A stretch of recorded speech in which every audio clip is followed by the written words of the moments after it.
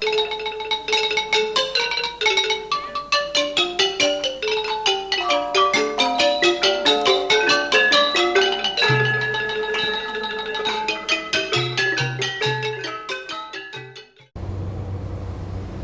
មស្វាគមន៍ការវិលត្រឡប់មកកាន់កម្មវិធីព្រះពុទ្ធសាសនាថ្ងៃនេះសាជាថ្មីម្ដងទៀតហើយវិធានបទសំខាន់នៅថ្ងៃនេះនឹងលើកយកមកជជែកវិញដោះស្រាយជាមួយបដិប្រគុណសង្ឃព្រះវិជាសម្បត្តិពិចារការវត្តនុនមនីនឹងជា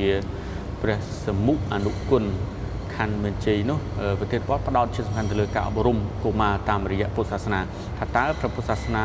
ឲ្យតម្លៃទៅលើកុមារយ៉ាងដូចម្តេចខ្លះស្របពេលដែលពិភពលោកបានចាត់ទុកថាព្រះពុទ្ធសាសនាគឺជាអ្នកស្នងតកូលមានន័យថាជាទំពាំងស្នងរស័យក្នុងការតពីចំនួនមួយទៅចំនួនមួយក៏ដូចជាសសរទ្រូងរបស់ប្រទេសនៅពេលអនាគតនោះផងដែរថាតើពុទ្ធសាសនាមាននិយាយលម្អិតយ៉ាងដូចម្តេចខ្លះចំពោះបញ្ហានេះខ្ញុំកណាសូមក្រាបថ្វាយបង្គំចំពោះគុណម្ចាស់ហើយសូមអរគុណសាជាថ្មីមួយទៀតដោយគុណម្ចាស់បានចំណាយពេលមានតម្លៃទៀតហើយក្នុងការនិមន្តចូលរួម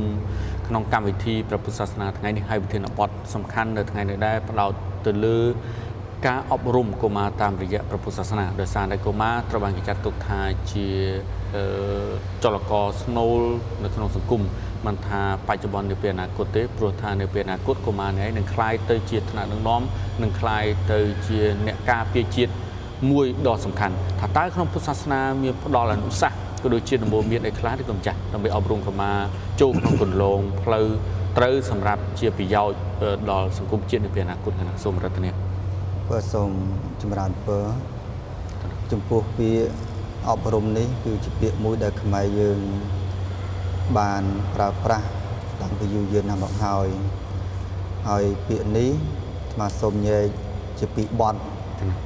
ទី1មើលអំពីពាក្យអប់ទី2មើលអំពីពាក្យរំដូច្នេះយើងរួមពាក្យពីរហ្នឹងទៅបង្កើតបានជាពាក្យអប់រំអប់នឹងមានន័យថាធ្វើឲ្យក្រអូបរក្សានៅក្លិនឲ្យបានគង់វង្សហើយបន្ទាប់ពីយើងធ្វើឲ្យក្អូបទៅយើងចាប់ដើមរំអញ្ចឹងការដែលយើងប្រើពាក្យទាំងពីរនេះគឺមានអត្ថន័យទូលំទូលាយណាស់បើសិនបើយើងមិនទាន់បានអប់ទេហើយយើងរំ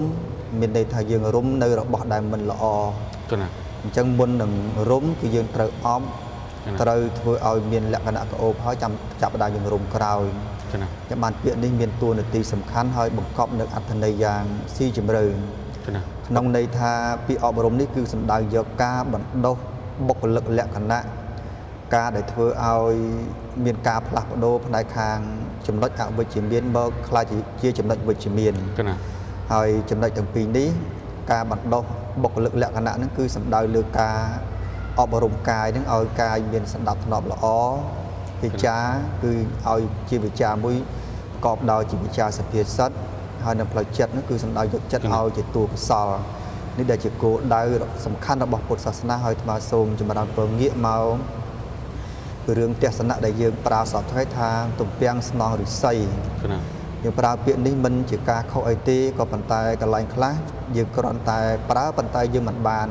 បំលែងនៅពាក្យនឹងឲ្យខ្លាចទៅជាការអនុវត្តជាក់ស្ដែងក៏វាមិនទាន់គ្រប់គ្រាន់ដើម្បីឲ្យទំពាំងស្នងឫស្សីបាន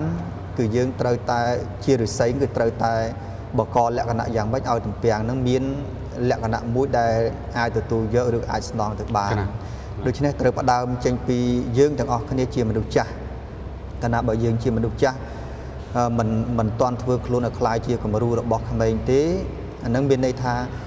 ក្មេងហ្នឹងគឺទទួលយកឬក៏ស្នងយកនៅអ្វីដែលមិនល្អដូច្នេះដើម្បីឲ្យទំពាំងល្អស្នងយើងបានគឺយើងជាមនុស្សចាស់ត្រូវរៀបចំខ្លួនឲ្យបានជាមុនរៀបចំយ៉ាងម៉េចគឺត្រូវធ្វើខ្លួនឲ្យខ្លាយជាមនុស្សមានគុណធម៌មានសេចក្តីល្អជាពិសេសមានគំរូសីលធម៌នឹងតែម្ដងកាលណាយើងមានខ្លាយទៅជាគំរូអញ្ចឹងគឺក្មេងហ្នឹងគឺនឹងខ្លាយទៅជាអ្នកស្នងគំរូល្អពីយើងបន្តទៅថ្ងៃមុខទៀតអញ្ចឹងដើម្បីឲ្យទំពាំងស្នងយើងបានគឺយើងត្រូវតែធ្វើជាគំរូសីលធម៌ហើយជាពិសេសនោះផ្ដើមចេញពីការអប់រំនឹងផងដែរកាលណាយើងមានការអប់រំខ្ពស់អញ្ចឹងគឺយើងអាចបន្តឬក៏ផ្ទេរនៅការអប់រំរបស់យើងទៅដល់ក្មេងៗបានហើយសូមចម្រើនពរជូនថាមូលហេតុសំខាន់នោះនៅក្នុងពុទ្ធសាសនាលោកបានចែងឲ្យថាកុមារហ្នឹងគឺ ជាអ្នកស្នងនៃគ្រួសារនោះគឺតម្លៃសំខាន់ទី1ហើយទី2កុមារនោះគឺជាអ្នកស្នងនៅព្រះពុទ្ធសាសនាហើយទី3គឺកុមារនោះគឺជាអ្នកស្នងនៅប្រទេសជាតិហើយទី4កុមារគឺជាមនុស្សដែលជាអ្នកបន្តវេនមនុស្សជាតិលើផែនដីនឹងផងដែរអញ្ចឹងការអប់រំគឺជាចំណុចអាទិភាពដែលយើងត្រូវបដោតត្រូវគិតឲ្យបានខ្លាំងពីលើកុមារដូច្នេះពុទ្ធសាសនាពេលដែលព្រះអង្គលោកបានត្រាស់ដឹងឡើងគឺព្រះអង្គលោកឲ្យតម្លៃយ៉ាងខ្លាំងទៅលើការអប់រំកុមារនឹងផងដែរបងក្នុងពុទ្ធសាសនាដែលថាតើមានវិធីអីខ្លះគុំចាស់ក្នុងការជំរុញឲ្យកុមារនឹងអប់រំកុមារបើតាមបែបនៃពុទ្ធសាសនាបើនិយាយស៊ីជម្រៅទៅការអប់រំកុមារគឺអប់រំតាំងពីនៅក្នុងពោះដែលព្រះសម្មាសម្ពុទ្ធលោកសម្ដែងឲ្យចង់ថ្មបញ្ជាក់ជូនខាងក្រោយទី2អប់រំកុមារពេលដែលកុមារនឹងប្រសូតមកប្រសូតចាក់ផ្ទៃមកអប់រំកុមារតាំងពីនៅក្នុងពោះមានន័យថាម៉េចមានន័យថាបុគ្គលជាប្តីឬក៏ជាស្វាប្តីប្រពន្ធហ្នឹងបរិសុទ្ធស្ត្រីពីរនាក់គឺត្រូវតែមានមេត្តាធម៌ដល់គ្នានឹងគ្នាហើយតាមការពិសោធន៍អាត្មាធ្លាប់ពិសោធន៍មើលទៅប្រៀបធៀបគ្រួសារ2គ្រួសារទី1អ្នកដែលមានសិលធម៌មេត្តាបិតាមានគុណធម៌ល្អអញ្ចឹងបានជាបិតាហ្នឹងពេលដែលស្ត្រីជាភរិយានឹងពើផ្ទៃគាត់តែងតែមានមេត្តាធម៌មានព្រមវិហារធម៌ចេះសង្គ្រោះចេះមិនមានន័យថាមិនបានប្រើនៅអំពើហិង្សាណាមួយអញ្ចឹងគឺភាពសប្បាយហ្នឹងវាអាចជាចរន្តមួយបន្តទៅដល់កូននៅក្នុងផ្ទៃហ្នឹងដល់អញ្ចឹងកូនកើតមកគឺច្រើនល្អហ្មងហើយទី2គ្រួសារដែលខ្វះការអប់រំគឺមានន័យថាជាគ្រួសារដែលប្តីឬក៏ប្រពន្ធនឹងពីអ្នកប្តីប្រពន្ធហ្នឹងมันបានមានគុណធម៌ជួនកាលទៅប្តីប្រើប្រាស់ហិង្សាទៅលើប្រពន្ធពេលដែលកំពុងពើផ្ទៃហើយដូច្នេះភាពលំបាកភាពការកើតទុក្ខផ្លូវចិត្តរបស់ស្ត្រីហ្នឹងគឺអាចបណ្ដាលប្រទេសនៅការលំបាកដល់កូនអញ្ចឹងកូនកើតមកមិនសូវមានមិនសូវល្អទេអញ្ចឹងបានជាទំនោរបត់អក្រិតហ្នឹងគឺអាចកើតឡើងច្រើនហ្នឹងគឺក្នុងប្រទេសបើអញ្ចឹងបានជាក្នុងពុទ្ធសាសនាលោកថាការអប់រំនេះមិនមែនគ្រាន់តែការអប់រំពេលដែលកុមារអាចបញ្ជូនទៅសាលាបានទេគឺអប់រំតាំងពីនៅក្នុងពោះតាមរយៈការដែលប្តីឬក៏បរិសុទ្ធហ្នឹងត្រូវបំពេញតួនាទីឲ្យមានមេត្តាធម៌ព្រមវិហារធម៌ដល់ភរិយាឬជាម្ដាយនឹងផងដែរហើយមួយទៀតពេលដែលកើតមកចាក់ផ្ទៃមកអ្នកខ្លះជួនកាលទៅមិនបានគិតពីរឿងអស់ហ្នឹងជួនកាលទៅសូម្បីឲ្យរបស់របរលេងដល់ក្មេងយករបស់ណាដែលមិនល្អឲ្យក្មេងលេងដូចជាយកទិញកំភ្លើងទិញអាវុធឲ្យក្មេងលេងដូច្នេះអាទៅនឹងក៏ជាវិធីមួយអប់រំកូនឲ្យមានទំនោរទៅរកបទអក្រិតកូនធំឡើងគឺមានន័យថាចេះស្រឡាញ់ទៅរឿងបាញ់បោះអញ្ចឹងទៅប៉ុន្តែដល់ពេលខាងពុទ្ធសាសនាលោកថាអត់ឲ្យអញ្ចឹងទេពេលណាដែលបរិសុទ្ធស្ត្រីមានកូនហើយកើតមកអញ្ចឹងគឺត្រូវអប់រំគឺតាមរយៈការឲ្យសម្ភារៈក៏ដែរគឺត្រូវតែគិតនឹងតែម្ដងកាលណាបើមានការគិតត្រូវឲ្យកូនលេងរបស់ណាត្រូវអញ្ចឹងគឺកូនហ្នឹងគឺមានការអប់រំដូច្នេះរបស់សម្ភារៈហ្នឹងក៏ជាកត្តាមួយជំនួយដល់ការអប់រំអញ្ចឹងកូនធំឡើងមិនងាកទៅរកទំនួលបត់អក្រិតមិនចូលចិត្តបាញ់បោះអីទេនេះជាចំណុចមួយដែលអប់រំពេលដែលបន្ទាប់ពីកូនប្រសូតចាក់ផ្ទៃមកហើយមួយផ្នែកទៀតនោះតាមពុទ្ធសាសនាអាត្មាសូមលើកយកគាថានៅក្នុងពុទ្ធសាសនាអំពីតួនាទីរបស់មេត្តាបិតាពីព្រោះថាកុមារនេះស្ថាប័នដែលទទួលភ្នាក់ងារទទួលតួនាទីដ៏សំខាន់នោះគឺមាន3ទី1មេត្តាឬក៏គ្រួសារហ្នឹងទី2គឺសាលារៀនទី3សង្គមហើយនៅក្នុងពុទ្ធសាសនាលោកបានចែងថាដើម្បីឲ្យកូននឹងល្អគឺមេត្តាបិតាគឺត្រូវមានធម៌5ប្រការតើទៅរឿងការអប់រំទី1គឺបានិវិរន្តិមេត្តាបិតានឹងគឺត្រូវមានការអប់រំកូនធ្វើយ៉ាងម៉េចកុំឲ្យកូនប្រព្រឹត្តនៅអំពើអាក្រក់ទី2នោះកល្យាណនិវាសន្តិត្រូវអប់រំកូនឲ្យស្រឡាញ់នៅសេចក្តីល្អដូចថ្មចម្រើនពរខាងដើមថានៅពេលណាដែលមេត្តាបិតានឹងស្រឡាញ់នៅសេចក្តីល្អជាពិសេសអរិយាបថប្រចាំថ្ងៃកាលណាបើមេត្តាបិតានឹងចេះធ្វើអំពើល្អអញ្ចឹងគឺជាមេរៀនមួយដ៏សំខាន់ឲ្យកូនចេះស្រឡាញ់សេចក្តីល្អនេះគឺតួនាទីទី2ហើយទី3នោះគឺសប្បង្សខាបេន្តិពេលដែលកូនមានវ័យចម្រើនឡើងអាចបញ្ជូនទៅសាលាបានគឺមេត្តាបិតាត្រូវបញ្ជូនកូនឲ្យទៅសិក្សានៅវិជ្ជាផ្លូវលោកនិងវិជ្ជាផ្លូវធម៌ហើយតួនាទីទី4នោះគឺបដិរូបេណទារេណសង្យោជេន្តិមានន័យថាត្រូវទុកដាក់កូនរកគូសកលឲ្យកូនទៅតាមកាលៈទេសៈពេលណាដែលកូនពេញវ័យឡើងហើយទី5នោះគឺសមយានទាយចាំងនិយាទេន្តិត្រូវបែងចែកទ្រព្យសម្បត្តិឲ្យដល់កូនពេលណាដែលកូនមានគូសកលឡើងហើយអញ្ចឹងគឺទ្រព្យសម្បត្តិណាដែលអាចចែកទៅបានអញ្ចឹងគឺនេះគឺជាវិធីមួយដែលពុទ្ធសាសនាលោកបង្រៀនថាមេត្តាបិតាគឺត្រូវបំពេញតួនាទីយ៉ាងសំខាន់ដើម្បីអប់រំកូនមានតួនាទី5នឹងផងដែរបាទកម្មវិធីពុទ្ធសាសនាថ្ងៃនេះឈានចូលដល់ទីបញ្ចប់ទៅហើយនៅវេលាថ្ងៃស្អែកខ្ញុំកណាខ្ញុំបានវិលត្រឡប់មកជួបគុណម្ចាស់អស់លោកលោកស្រីនិងកញ្ញាតាមពីនមន្តដដែលគណៈខ្ញុំកណាខ្ញុំបានសូមអរគុណសូមគោរពលា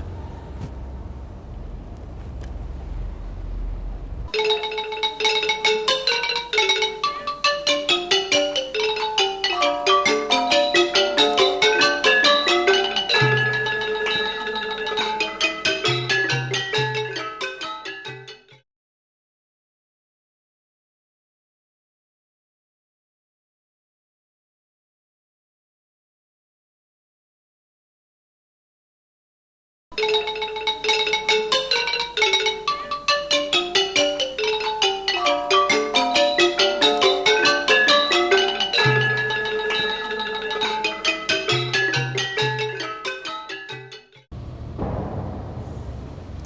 មស្វាគមន៍ការវិទ្រមកកាន់កម្មវិធីព្រះពុទ្ធសាសនាថ្ងៃនេះសាជាថ្មីម្ដងទៀតហើយជាមួយខ្ញុំបាទដោយថ្ងៃនេះដែរវាគ្មិនដ៏សំខាន់គឺព្រះប្រគុណព្រះសង្ឃវរវិជាសុបធឿនប្រជារិកាវត្តននមនីនិងជាព្រះសម្បុអនុគុណខណ្ឌមញ្ជ័យព្រះអង្គបានចំណាយពេលរបស់ព្រះអង្គទៀតហើយក្នុងការនិមន្តចូលរួមក្នុងកម្មវិធីនេះហើយប្រធានបទនៅថ្ងៃនេះដែរផ្ដោតជាសំខាន់ទៅលើទូនាទីស្ត្រីនៅក្នុងពុទ្ធសាសនាដោយសារតែពេលខ្លះយើងហាក់បីដូចជាភ្លេចគិតភ្លេចនឹកនាដល់ទូនាទីដ៏សំខាន់របស់ស្ត្រីមួយដែរក្នុងពុទ្ធសាសនាតើ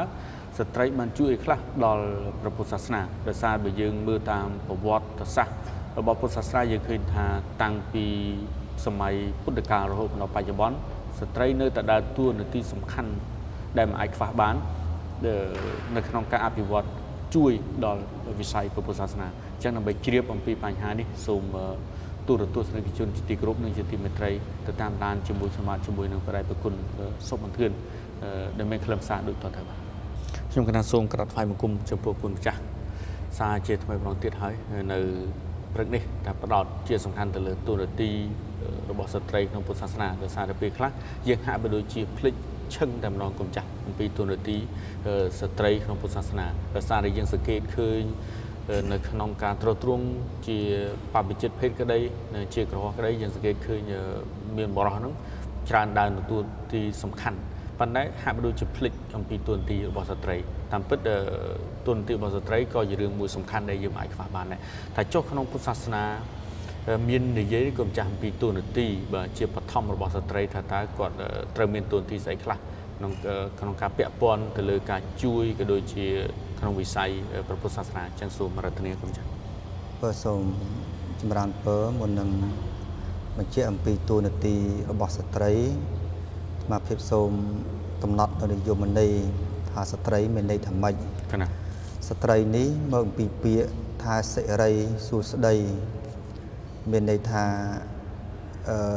ស្ត្រីគឺជាអ្នកបង្កើតនៅសិរីសួស្តីជាអ្នកបង្កើតនៅសុភមង្គលអញ្ចឹងបានជាសិរីសួស្តីហ្នឹងដល់ក្រោយមកគេផ្លាស់ទៅជាស្ត្រីអញ្ចឹងពាក្យហ្នឹងគឺមកអំពីពាក្យថាសិរីសួស្តីហើយយើងដឹងហើយថាដើម្បីឲ្យទទួលបាននៅសិរីសួស្តីស្ត្រីគឺមានតួនាទីច្រើនណាស់ដែលត្រូវបំពេញត្រូវធ្វើហើយនៅក្នុងពុទ្ធសាសនាយើងបានដឹងហើយថាព្រះសម្មាសម្ពុទ្ធលោកបានផ្អែកពុទ្ធសាសនារបស់ព្រះអង្គថាពុទ្ធសាសនាគង់វង្សទៅបានរីកចម្រើនទៅបានដោយសារបរិស័ទទាំង4ហើយបរិស័ទទាំង4នោះគឺទី1គឺភិក្ខុទី2ភិក្ខុនីកាលនៅសម័យព្រះឥឡូវយើងជំនួសសាមណេរហើយទី3គឺឧបាសកទី4ឧបាសិកាអញ្ចឹងគឺក្នុងចំណោមបរិស័ទដែលយើងហៅថាពុទ្ធបរិស័ទទាំង4ហ្នឹងគឺមានឧបាសិកាហ្នឹងគឺស្ត្រីនៅក្នុងនឹងផងដែរហើយលោកបានចែងថាពុទ្ធសាសនាដែលរីកចម្រើនក៏អាស្រ័យលើតួនាទីរបស់ស្ត្រីដោយមិនអាចខ្វះបានទេ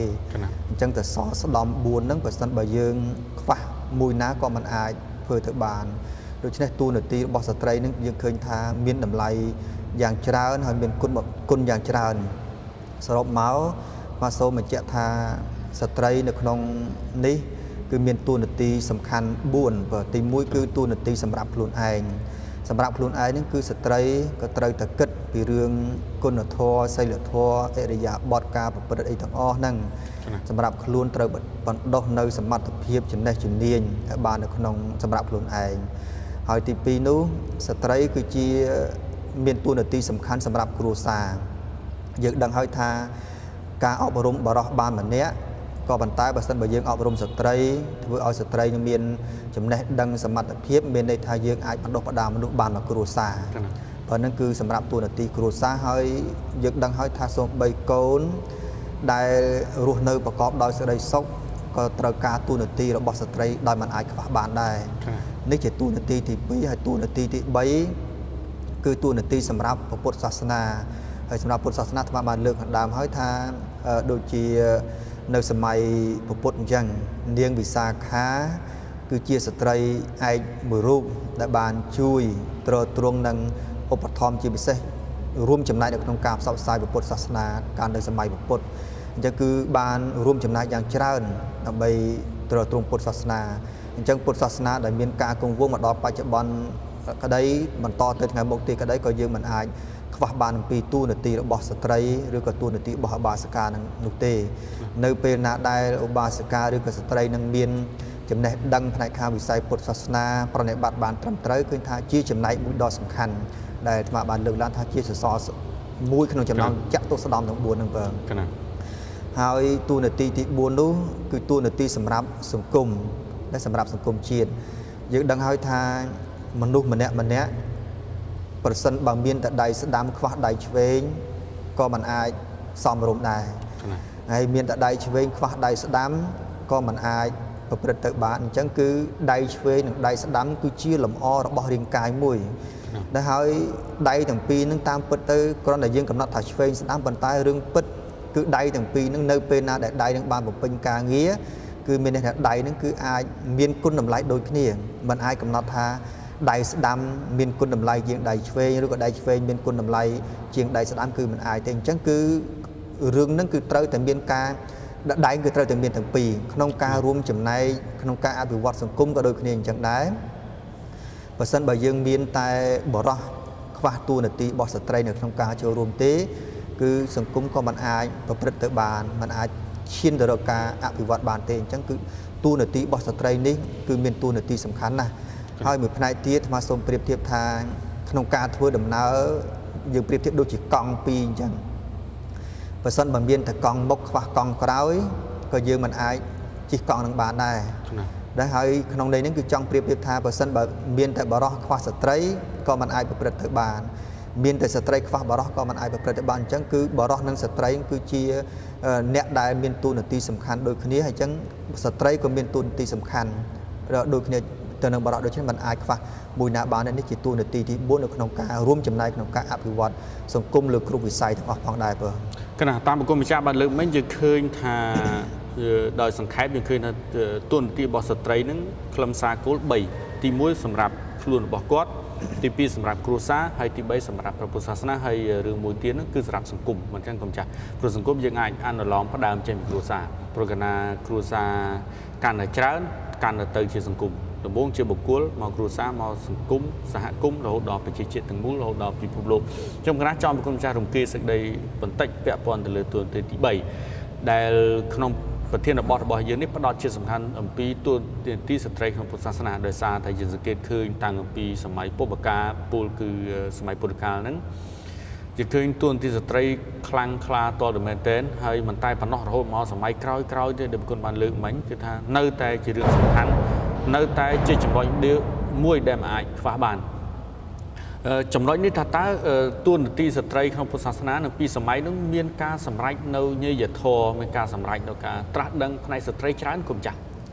ក្នុងសម័យនោះព្រោះការដែលនៅសម័យពុទ្ធតាមពិតទៅវិធី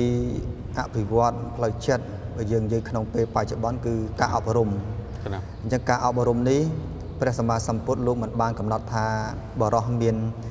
ខួរក្បាលឬក៏ទទួលបានការអប់រំខ្លាំងជាងស្ត្រីគឺមិនលោកមិនដែលបានសម្ដែងយ៉ាងទេអញ្ចឹងនៅក្នុងការសម្រេចនៅគុណធម៌ក៏ដូចគ្នាអញ្ចឹងដែរគឺព្រះសម្មាសម្ពុទ្ធលោកសម្ដែងថាស្ត្រីនិងបរិះគឺអាចសម្រេចនៅគុណធម៌ឬគុណវិសេសបានដូចគ្នាអាស្រ័យលើការព្យាយាមការបំពេញជាពិសេសគឺសេចក្តីព្យាយាមឲ្យបានត្រឹមត្រូវទៅស្ត្រីនឹងក៏មានតួនាទីអាចសម្រេចនៅគុណវុឌ្ឍគឺអាចសម្រេចជាព្រះអរហន្តអាចសម្រេចជាគុណធម៌បានខ្ពង់ខ្ពស់ដូចគ្នាអញ្ចឹងហើយនៅសម័យពុទ្ធមានស្ត្រីច្រើនណាស់ដែលបានសម្រេចនៅគុណធម៌ដ៏ខ្ពង់ខ្ពស់ហើយក្នុងនោះទៀតសោតយើងមើលសំបីពមេដារបស់ព្រះអង្គក៏ព្រះអង្គលោកបានសម្រេចនៅគុណធម៌ដែរបន្ទាប់អំពីព្រះអង្គលោកបានស្ដាប់ពធទេសនាហើយក្រោយមកទៀតស្ត្រីមួយចំនួនទៀតក៏មានការសម្រេចនៅគុណធម៌បានយ៉ាងច្រើនផងដែរអញ្ចឹងគឺក្នុងការសម្រេចនៅគុណធម៌នេះមិនចាំបាច់តែបរិះទេគឺយើងអាចមានការសម្រេចបានដូចគ្នាអាស្រ័យលើការព្យាយាមនិងបំពេញឆន្ទៈឲ្យបានត្រឹមត្រូវអញ្ចឹងគឺស្ត្រីក៏មានតួនាទីសំខាន់ហើយអាចសម្រេចបានដូចគ្នានឹងបរិះផងដែរបងគណៈសាធុដោយអនុលោមតាមពេលវេលាអត់ហើយគុំចាស់អរគុណសាជាថ្មីមកទៀតបាទប្រិមិត្តទូរទស្សនិកជនជាទីគោរពកម្មវិធីរបស់យើងឈានចូលដល់ទីបញ្ចប់ហើយ នៅវេលាថ្ងៃស្អែកខ្ញុំកណាខ្ញុំបាទនឹងវិលត្រឡប់មកជួបប្រគុណម្ចាស់អស់លោកស្រីតាមពេលនៅម៉ោងដដែលនៅក្នុងកម្មវិធីពុទ្ធសាសនានាថ្ងៃនេះកណាខណៈនេះខ្ញុំបាទសូមអរគុណសូមគោរពលា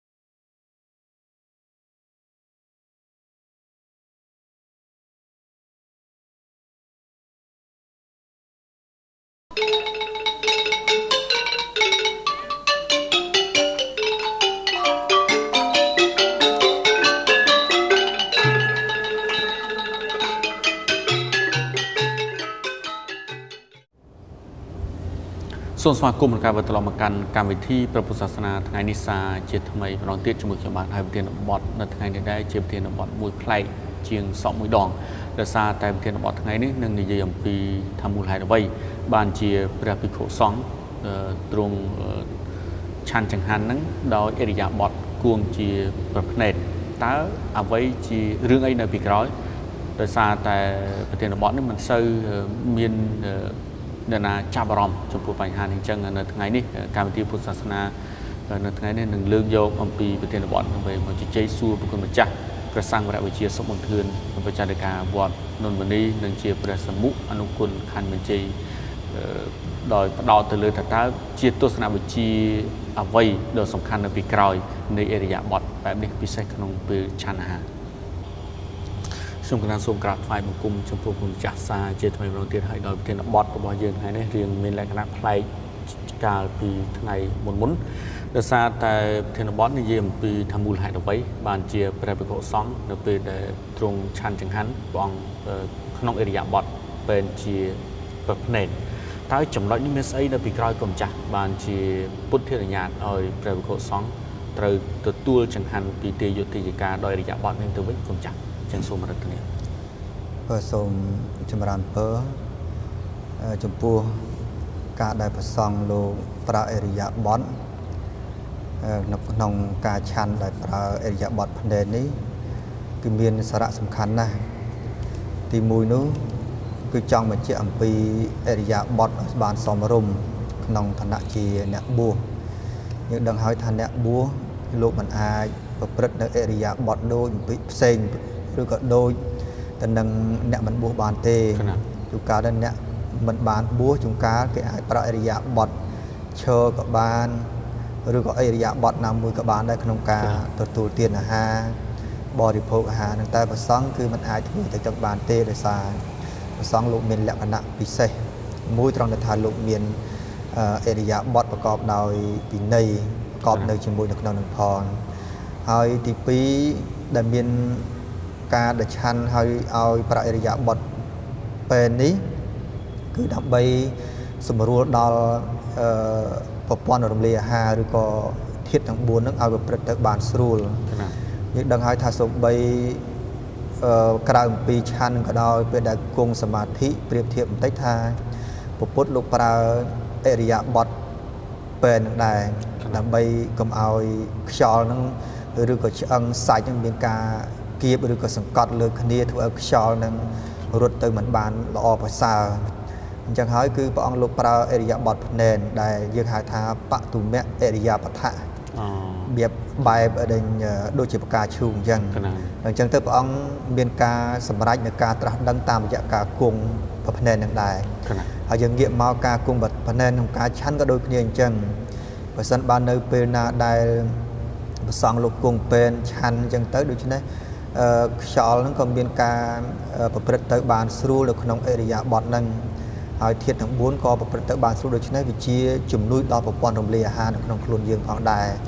នេះក្នុងន័យទី2ហើយក្នុងន័យទី3នោះយើងដឹងហើយថាកាលណាបើគង់ពេលហ្នឹងគឺជាឱកាសមួយដើម្បីអប់រំផ្លូវចិត្តពិចារណានៅក្នុងការឆាន់ហ្នឹងចាំបាននៅក្នុងពុទ្ធសាសនាមាន ពេលដែលលោកឆាន់ហ្នឹងគឺព្រះសង្ឃលោកត្រូវពិចារណាជាអាហារបដិគោលបច្ចវេកនវិធីដើម្បីអីគឺដើម្បីរារាំងនៅអកុសលធម៌ហ្នឹងកុំឲ្យព្រះសង្ឃមានការឆ្អែតហួសប្រមាណណាដើម្បីធ្វើយ៉ាងម៉េចឲ្យធាតុទាំង4ហ្នឹងគឺវាសង្យោគទៅជាមួយគ្នាព្រមល្អជាមួយគ្នាដើម្បីទ្រទ្រង់ឲ្យកាយហ្នឹងគឺប្រព្រឹត្តទៅបានល្អហើយញាតិញោមពុទ្ធបរិស័ទពិចារណាមើលចេះប្រសិនបើអ្នកមិនបួសអ្នកខ្លះទៅជួនកាលទទួលទានអាហារខ្លាំងពេកខ្វះការពិចារណាអញ្ចឹងធាតុទាំង4ហ្នឹងគឺมันអាចសង្យោគជាមួយគ្នាបានដូច្នេះធ្វើឲ្យមានការហល់មានការប្រព្រឹត្តទៅមិនជាសុខសម្រាប់ទ្រទ្រង់ជីវិតនឹងទេពិបាកក្នុងខ្លួនណាស់នឹងសម្រាប់អ្នកដែលហូបច្រើនអ្នកដែលទទួលទានអាហារច្រើនមិនបានពិចារណាតែប្រសង់លោកគង់ប្រភ្នែហ្នឹងគឺឆាន់បដាលោកពិចារណាបដាការពិចារណាបដាគឺជាការអប់រំចិត្តកាលណាធ្វើចិត្តឲ្យបានអប់រំបានល្អអញ្ចឹងទៅចិត្តហ្នឹងគឺទប់ស្កាត់នៅអកុសលធម៌មិនឲ្យកើតឡើងទេដូចជាការលោភលន់ហួសប្រមាណការឆ្អែតហួសប្រមាណគឺព្រះសង្ឃលោកអត់មានអញ្ចឹងទេអញ្ចឹងគឺជាជំនួយមួយដើម្បីសុខភាពដល់ព្រះសង្ឃហើយប្រសិនបើយើងប្រើរូបមន្តនឹងតាមវិធីសាស្ត្រដែលពុទ្ធលោកបង្ហាញមកអញ្ចឹងឃើញថាព្រះសង្ឃលោកមានសុខភាពល្អណាស់ហើយវិធីអស់ហ្នឹងគឺយើងសរុបមកថាគឺជាក្បួនពេទ្យមួយដែលព្រះសម្មាសម្ពុទ្ធលោករកឃើញដែលយើងទាំងអស់គ្នាពេលខ្លះយើងភ្លេចគិតពីរឿងអស់ហ្នឹងហើយប្រសិនបើយើងបានគិតទៅដូច្នេះនឹងគឺជាវិធីសាស្ត្រមួយដែលព្រះអង្គលោកបង្កើតឡើងហើយដើម្បីរក្សានៅសុខភាពដល់ព្រះសង្ឃអញ្ចឹងអរិយាបថគង់នេះគឺជាអរិយាបថមួយដ៏សំខាន់ជាទីបំផុតសម្រាប់ពិចារណានៅបដិគោលបច្ចវេកណៈផងហើយពិចារណាធ្វើម៉េចកុំឲ្យចិត្តនឹងវាលុះនៅក្នុងអំណាចអកុសលធម៌មានលោភៈទោសៈកុំឲ្យមានការឆ្អែតហួសប្រមាណពេកហើយចំណុចសំខាន់នោះគឺយើងដឹងហើយដើម្បីជាការសងគុណបើនិយាយទៅគឺជាការសងគុណដល់ពុទ្ធបរិស័ទដែលលោកខំយកចង្ហាន់យកអ្វីមកប្រគេនដល់ព្រះសង្ឃអញ្ចឹងព្រះសង្ឃលោកគង់ភ្នែនឆាន់បដាទៅលោកពិចារណាបដាទៅគឺដើម្បីបន្សុទ្ធនៅផ្លូវចិត្តហើយដើម្បីបញ្ជូនបុណ្យកុសលនោះទៅដល់ពុទ្ធបរិស័ទដែលគាត់ខំយកចង្ហាន់យកទីមកប្រគេនដល់ព្រះសង្ឃដូច្នេះមានចំណុចសំខាន់ដូចបានបញ្ជាក់មកនេះឯងបាទតាមប្រគំម្ចាស់បានលើកមិញសង្កេតមើលទៅឃើញនៃជាទស្សនាទានជានៃក្លឹមគោលគឺថាមាន2ធំគុំម្ចាស់មួយនៃក្នុងទស្សនវិជ្ជាដ៏ជ្រៅក្នុងពុទ្ធសាសនាដែលជំរុញឲ្យចិត្តស្ងប់អញ្ចឹង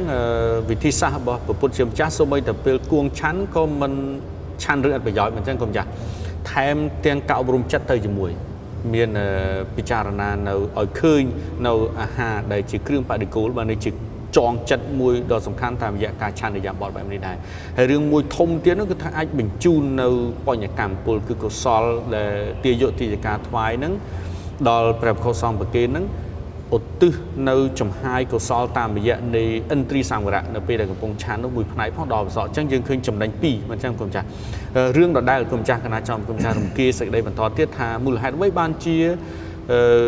ក្នុងពុទ្ធបញ្ញត្តិហាមមិនអោយព្រះភិក្ខុសង្ឃដូចថាឈរឆាន់ជាអរិយាបថឈរគុំចាស់តើរឿងនេះយ៉ាងម៉េចគុំចាស់ក្នុងពុទ្ធបំណងយ៉ាងម៉េចណារឿងទាំងអស់នេះដែលព្រះអង្គលោកហាមមិនអោយគង់ឈរឆាន់គឺដើម្បីរក្សានៅសេចក្តីថ្លៃថ្នូរ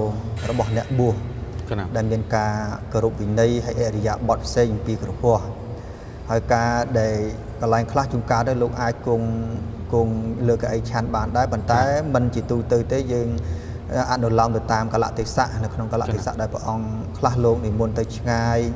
កិច្ចណាស្ថានភាពណាដែលអាចអនុគ្រោះបានក៏លោកអាចគង់លើកអីបានដែរមិនជាការអីថាដាច់ណាស់នោះទេអញ្ចឹងគឺការដែលហាមមិនឲ្យគង់ឈរឆាន់ដូចជាប្រសក់ទូទៅគឺដើម្បីរក្សានៅសេចក្តីថ្លៃថ្នូរទី1ហើយទី2គឺដើម្បីរក្សាបើនិយាយទៅគឺដើម្បីធ្វើឲ្យសិលនឹងប្រព្រឹត្តទៅក្នុងសេចក្តីបរិសុទ្ធ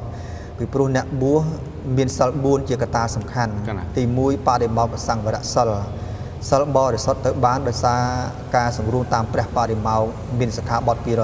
227ទី2អាជីវៈបរិសុទ្ធិសិលបរិសុទ្ធដោយការចិញ្ចឹមជីវិតត្រូវតាមគន្លងនៃពុទ្ធសាសនាមិនបានប្រើរូបមន្តខុសអំពីពុទ្ធលទ្ធិនិងទី2ហើយទី3នោះបច្ចយៈសន្និសិទ្ធសិលណាសិលបរិសុទ្ធតាមរយៈការពិចារណាដែលថ្មបានលើកខាងដើមថា ពេលដែលប្រសង់លោកឆាន់ហ្នឹងគឺប្រសង់លោកមានការពិចារណាហ្នឹងគឺដើម្បីធ្វើឲ្យសិលប្រព្រឹត្តទៅក្នុងសេចក្តីបរិសុទ្ធនឹងតែម្ដងហើយសិលទី4នោះគឺអន្តរិយសង្វរៈសិលបរិសុទ្ធតាមរយៈការសង្រួមអន្ត្រីអញ្ចឹងបានជាអន្ត្រី6ហ្នឹងគឺភ្នែកតិចចំោះអណ្ដាតកាយចិត្តអញ្ចឹងគឺការសង្រួមមិនមែនគ្រាន់តែសង្រួមភ្នែកតិចទេសូម្បីចិត្តហ្នឹងក៏ត្រូវមានការសង្រួមដែរហើយពេលកំពុងឆាន់ហ្នឹងក៏ត្រូវមានការពិចារណាអញ្ចឹងការពិចារណាគឺជាបច្ច័យមួយធ្វើឲ្យសិលនឹងប្រព្រឹត្តទៅក្នុងសេចក្តីបរិសុទ្ធនឹងតែម្ដងហើយប្រសិនបើភិក្ខុសង្ឃឆាន់នឹងមិនមានការពិចារណាភ្នែករលីងរលាមមិនសង្រួមទេមានន័យថាសិលនឹងគឺអត់អាចប្រព្រឹត្តទៅក្នុងសេចក្តីបរិសុទ្ធទេមានការលោភលន់ហួសប្រមាណមិនសមជាអ្នកប្រព្រឹត្តនៅគុណធម៌នឹងក៏សិលនឹងក៏មិនអាចប្រព្រឹត្តទៅក្នុងសេចក្តីបរិសុទ្ធអញ្ចឹងសរុបមកវិញថាគឺលោកហាមមិនឲ្យទ្រង់គង់ឈរគឺដើម្បីរក្សានៅអន្ត្រីសម្រួមអន្ត្រីនិងជាពិសេសគឺបច្ចយសន្និសិទ្ធសិលបានពិចារណាដើម្បីធ្វើយ៉ាងម៉េចឲ្យសិលទាំង4របស់ព្រះភិក្ខុសង្ឃប្រព្រឹត្តទៅក្នុងសេចក្តីបរិសុទ្ធកណ្ដាលសិលនឹងប្រព្រឹត្តទៅក្នុងសេចក្តីបរិសុទ្ធបានមកវិញគឺអ្វីគឺគុណធម៌សម្រាប់ព្រះភិក្ខុសង្ឃកណ្ដាលភិក្ខុសង្ឃមានគុណធម៌ដូច្នេះញាតិញោមពុទ្ធបរិស័ទដែលលោកខំបំពេញកុសលថ្នាក់ទានក្តីថ្នាក់អ្វីមួយដែលប្រគិនចំពោះព្រះភិក្ខុសង្ឃគឺញាតិញោមក៏បានបុណ្យកុសលច្រើននឹងគឺជាកិច្ចមួយដែលយើងត្រូវយល់ដែរប៉ុន្តែកន្លែងខ្លះជួនកាលទៅមានការភ្លេចមានការមិនបានគិតពិចារណាពីរឿងអស់ហ្នឹងដូច្នេះយើងសរុបមកវិញថាការដែលព្រះអង្គលោកហាមមិនឲ្យឈរឆាន់ឬក៏ដើរឆាន់អីហ្នឹងគឺដើម្បីរក្សាក្តីថ្លៃថ្នូរដើម្បីរក្សានៅគុណតម្លៃរបស់ព្រះភិក្ខុសង្ឃដែលលោកអ្នកមានសិលហើយដើម្បី